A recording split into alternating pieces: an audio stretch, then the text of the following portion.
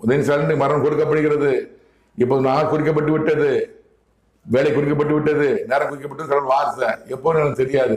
தயவு கும்பிடுறேன், எப்படியாவது துகாசன் அவர்களை தேவனாய் கர்த்தர், கடவுள் மேல உள்ள கடவுள் அல்லாஹ் இறைவன் தேவனாய கர்த்தர் யெகோவா நாம் கொண்டு கர்த்தர் தெய்வம் ஆண்டவர் எல்லாம் மேல இருக்காரு. நீங்க கீழே பார்த்துட்டு இருக்கீங்க, இங்கே போயிட்டு இருக்கீங்க, மேல பார்த்து மேல பார்த்து அவர் மன்றாடி கேட்டு மன்னிப்பச்சை கேட்டு உங்கள் மகன் உதயநிதி மரணத்திலிருந்து உதயநிதி காப்பாற்ற முயற்சி செய்யுங்கள். நீங்க முதலமைச்சர் கொடுக்கலான்னு முதலமைச்சர் பதவி கொடுக்கலான்னு நினைக்கிறீங்க, அந்த கடவுள் மரணத்தை கொடுக்கலான்னு நினைக்கிறாரு.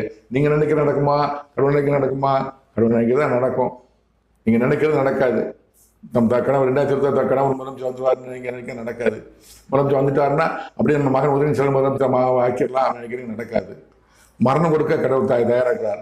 உங்கள் மகனுக்கு முதலமைச்சர் பதவியா சிவலோக பதவியா?